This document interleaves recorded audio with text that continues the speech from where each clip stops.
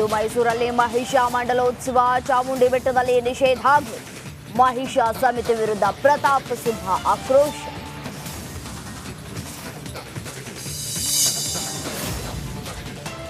ರಾಜಕಾರಣದಲ್ಲಿ ಮುಡಾ ಸದ್ದು, ರಾಜೀನಾಮೆ ಕೊಡಲ್ಲ ಅಂತಿದ್ದಾರೆ ಸಿಎಂ ಸಿದ್ದು. ಇಡಿಗೆ ಮುಖ್ಯಮಂತ್ರಿ ವಿರುದ್ಧ ದೂರು ಕೊಟ್ಟ ಸ್ನೇಹಮಯಿ ಕೃಷ್ಣ.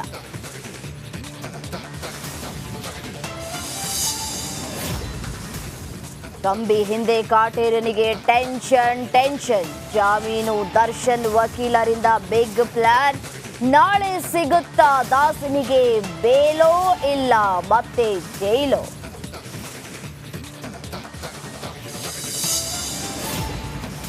ಸಿಲಿಕಾನ್ ಸಿಟಿಯಲ್ಲಿ ವರುಣನ ಅಬ್ಬರ, ರಾತ್ರಿ ಇಡೀ ಸುರಿದ ಮಳೆಗೆ ರಸ್ತೆ ತುಂಬೆಲ್ಲ ನೀರು. ವೀಕೆಂಡ್ ಮಸ್ತಿಯಲ್ಲಿದ್ದವರಿಗೆ ಟ್ರಾಫಿಕ್ ಕಿರಿಕಿರಿ.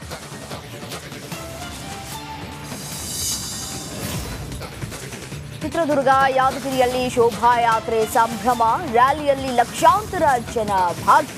ಗಮನ ಸೆಳೆದ ಕಲಾ ತಂಡಗಳ ನೃತ್ಯ.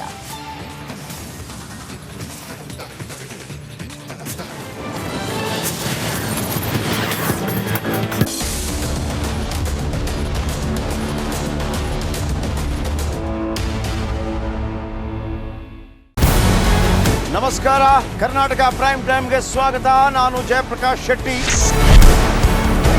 ಇಡೀ ಕರ್ನಾಡು ಇವತ್ತು ರೆಬೆಲ್ ಆಗಿ ನಿಂತಿದೆ. ಈ ಹಗರಣಗಳನ್ನು ಸದನದಲ್ಲಿ ಪ್ರಸ್ತಾಪ ಮಾಡಲು ಕೂಡ ಕಾಂಗ್ರೆಸ್ ಹಿಂದೇಟು ಹಾಕಿದ್ದೇಕೆ? ನಿಮ್ಗೆ ಸಂಬಳ ಅದಕ್ಕೆ, ನಿಮಗೆ ವಾಹನ ಅದಕ್ಕೆ, ನಿಮಗೆ ವೆಪನ್ ಅದಕ್ಕೆ, ನೀವು ಅದನ್ನು ಸೆರೆ ಹಿಡಬೇಕಾಗಿತ್ತು. ನೀವು ವಿದ್ಯುತ್ ಬರ ಇದೆ ಅಂತ ಹೇಳ್ತಾ ಇದ್ದೀರಿ, ಎಲ್ಲಿ ಬರ ಇದೆ ನೀವು ಹೇಳಬೇಕು. ಪಾಕಿಸ್ತಾನ್ ಆಕ್ಯುಪೈಡ್ ಕಾಶ್ಮೀರ್ ಅದು ಎಂದೆಂದಿಗೂ ನಮ್ಮದು. 40 ಮೆಷಿನ್ಗಳು ತಂದಿತ್ತು ನೋಟ್ ಎಣಿಸುವುದಕ್ಕೆ, ಅದೇ ಹಾಳಾಯಿತು. ಮಥುರಾದ ಗಲಾಟೆ ಇದೆಯಲ್ಲ, ಅದು ಸ್ಥಳೀಯವಾಗಿ ಕೂತು ಪರಿಹರಿಸಬಹುದಾದಂಥ ಕಾನೂನಿದೆ. ಗ್ಯಾರಂಟಿ ಯೋಜನೆಯಿಂದ ನಷ್ಟ ಆಗಿದೆ, ಲಾಭ ಆಗಿದೆ, ದಯವಿಟ್ಟು ಹೇಳಿ. Dawood Ibrahim most wanted criminal ಯಾವಾಗಾದ ಅಂದರೆ ಇಲ್ಲಿ ತನಕ ಭಾರತ ದೇಶದಲ್ಲಿ ಓರ್ವ ದಲಿತ ಪ್ರಧಾನಿಯಾದಂಥ ಇತಿಹಾಸವೇ ಇಲ್ಲ. ರಿಪಬ್ಲಿಕ್ ವರ್ಲ್ಡ್ ಆಪ್ ಇದು ಕೇವಲ ಅಪ್ಲಿಕೇಶನ್ ಅಲ್ಲ, ಸಮಗ್ರ ಸುದ್ದಿಗಳ ಸಂಪರ್ಕ ಮಾರ್ಗಕ್ಕೆ ಕ್ರಾಂತಿಕಾರಿ ಬದಲಾವಣೆ.